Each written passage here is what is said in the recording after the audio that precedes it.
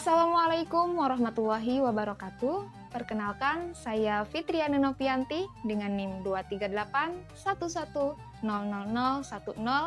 dari kelas 5A, jurusan Tadris Bahasa Indonesia. Pada kesempatan kali ini, saya akan menyampaikan tentang hadis mutawatir dan juga hadis ahad. Kita masuk ke pembahasan pertama, yaitu hadis mutawatir. Hadis mutawatir adalah hadis yang diriwayatkan oleh banyak perawi dan memiliki kekuatan sehingga sering dijadikan sebagai sumber hukum yang kuat dalam Islam.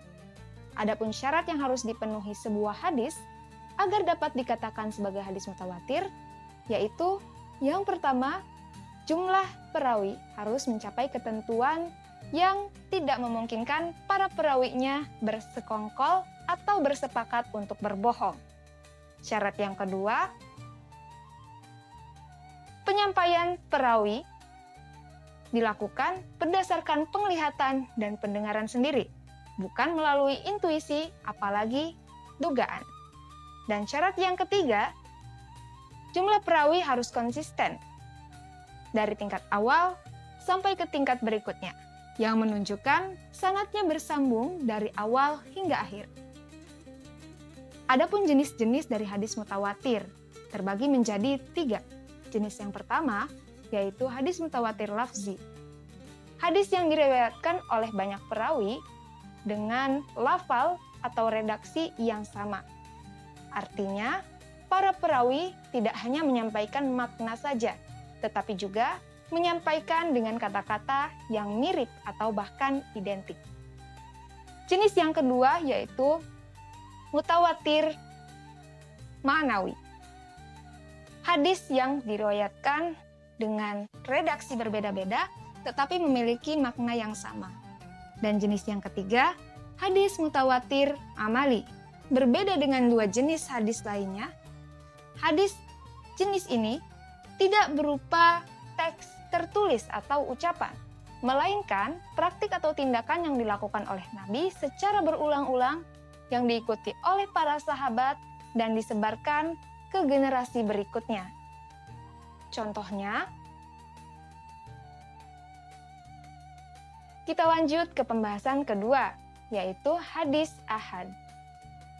Hadis ahad adalah hadis yang diriwayatkan dengan jumlah perawi tidak mencapai tingkat mutawatir.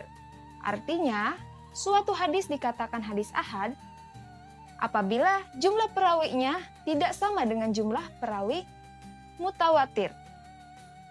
Atau bisa dibilang, jumlah perawinya kurang dari jumlah perawi pada hadis mutawatir.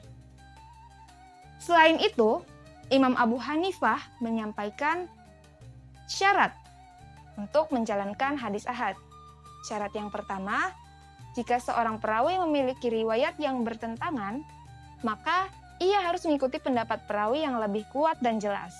Syarat yang kedua, hadis ahad tidak digunakan untuk masalah-masalah yang bersifat umum. Dan yang ketiga, kisah atau peristiwa yang belum ada hukumnya dapat ditentukan hukumnya melalui qiyas. Selain itu, hadis ahad juga dibagi menjadi 3. Jenis yang pertama yaitu hadis masyhur. Hadis yang diriwayatkan dengan jumlah perawi 3 atau lebih selama tidak mencapai tingkat mutawatir. Jenis yang kedua yaitu hadis aziz, yang mana hadis tersebut diriwayatkan oleh 2 perawi pada salah satu tingkatan sanad. Kemudian jenis yang ketiga yaitu hadis gharib. Hadis yang hanya diriwayatkan oleh 1 perawi saja pada salah satu tingkatan sanad. Contoh dari hadis ahad yaitu, nah, sekarang sudah tahu kan apa itu pengertiannya, syarat-syaratnya, jenis-jenisnya, dan contoh-contohnya dari kedua jenis hadis tersebut. Terima kasih. Semoga yang saya sampaikan dapat bermanfaat, dan mohon maaf apabila kata yang saya ucapkan kurang berkenan di hati teman-teman semua. Sampai jumpa Wassalamualaikum warahmatullahi wabarakatuh.